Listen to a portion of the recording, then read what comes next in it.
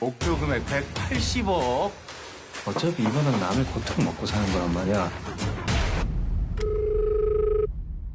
저 김현수 변호사라고 합니다. 서준이 친구고요. 다쳤어요, 그 사람이?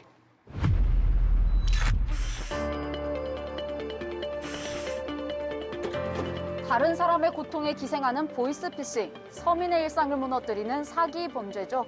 경찰은 올해 초 민생범죄 근절을 내세우며 보이스피싱을 막겠다고 공언하기도 했는데요.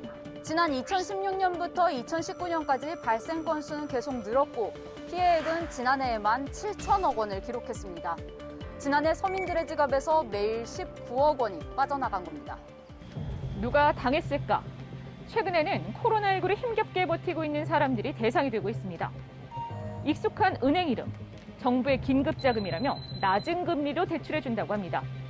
지난해 하루 평균 270건이던 대출 사기 문자 신고가 올 6월과 7월에는 2,300건을 훌쩍 넘겼는데요.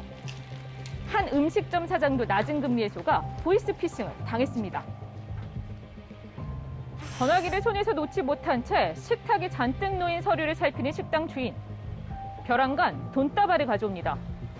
주인이 내놓은 돈다발을 가방에 유유히 담는 한 남성. 현금 수거책입니다. 선량한 시민 한 사람이 또 보이스피싱 범죄의 먹잇감이 되는 순간입니다. 최근에는 이렇게 직접 만나서 돈을 가져가는 대면 편취 수법이 늘고 있습니다. 지난해 전체 보이스피싱 발생 건수 가운데 대면 편취 비율은 47.7%로 2019년보다 5배 넘게 급증했는데요. 경찰은 피해자를 만나 직접 돈을 받은 수거책부터 검거하면서 총책의 뒤를 쫓게 됩니다.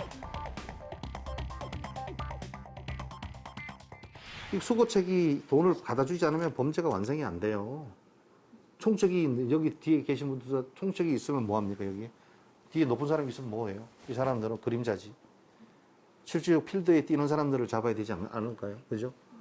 그 잡아서 이거를 1차 수거책 잡고 2차 운반책 잡고 3차 운반책 잡고 4차 이걸 잡는데 이게 여기 잡도 이 단서는 끝이에요. 이거 총책하고 연결 안 돼요. 더 점조직이에요. 마약보다도.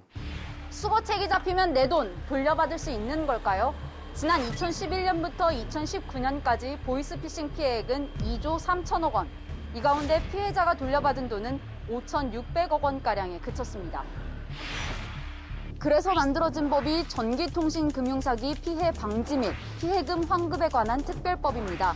보이스피싱을 당한 뒤 금융기관에 지급 정지를 신청하면 돈을 돌려받을 수 있는데요. 돈을 내 계좌에서 다른 계좌로 이체했을 때만 이 법을 적용받을 수 있습니다. 그러니까 최근 증가하고 있는 대면 편취, 직접 만나 돈을 준 경우는 해당되지 않는 겁니다. 법망을 피해 빠르게 변화하는 보이스피싱. 보이스피싱범을 잡는 경찰들은 보이스피싱 수사를 추적의 끝판왕, 이렇게 부르기도 하는데요. 해외에서 대포폰, 대포통장을 쓰는 범죄자를 쫓기 위해 통신회사의 통신사실 확인 조회, 금융사의 금융계좌 추적 영장, 한국인터넷진흥원의 IP 조회 등 넘어야 할 선이 첩첩입니다. 계좌 조회라든지 아니면 이런 IP 추적 아니면 이런 것들을 한 번의 영장으로 이게 한꺼번에 할 수 있는 좀 효율적인 시스템을 국가가 만들어줘야지 이 일개 진흥팀의 뭐 김형사, 이형사가 뭐 폭탄 맞은 듯이 과부하 걸려가지고 하는 현 상황에서는 잡지도 못하고 힘들게 잡아내도 피해자를 직접 속여낸 전화 속 목소리의 주인공, 또 그 너머 조직의 우두머리는 아닙니다. 보이스피싱으로 검거되는 범인 10명 중 8명 이상이 현금을 인출하거나 수거하는 낮은 등급의 범죄자들. 보이스피싱이라는 게 현재 그러니까 즉시 검거할 수 있는 수사가 아니거든요.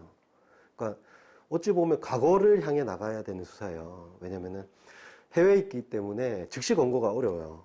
우리가 과거에 보면 찾을 때 흔히 뭐 지문이라든지 DNA 이런 것들로 많이 찾잖아요. 문성 파일도 DNA와 같은 역할을 할 수 있다고 보거든요.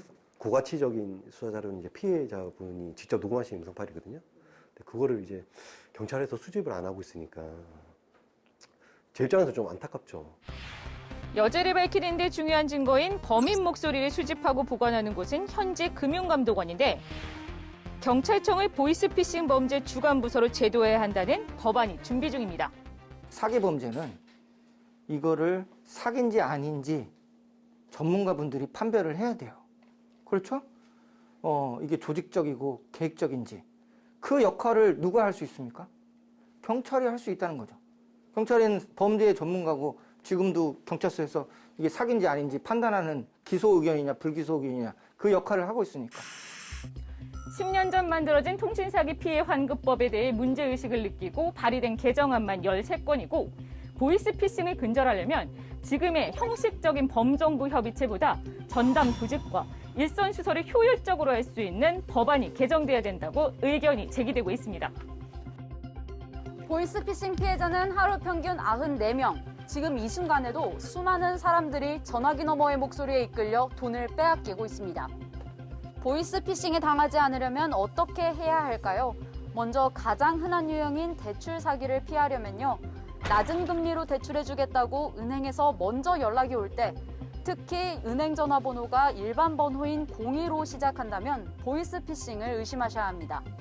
마이너스 통장도 마찬가지입니다. 은행은 마이너스 통장을 만들어준다고 절대 먼저 연락하지 않습니다.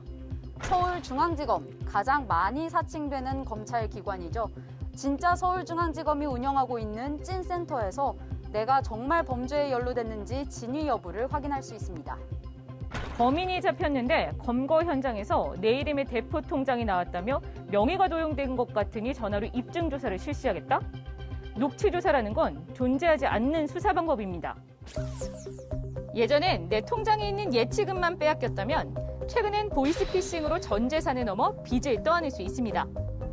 혹시 피해를 봤다면 범인을 사칭했던 기관과 부서, 가명까지 세세한 내용을 신고해야 나중에 범인이 잡혔을 때 피해금을 돌려받을 수 있다는 것을 꼭 기억하시기 바랍니다. TBS 정선미입니다.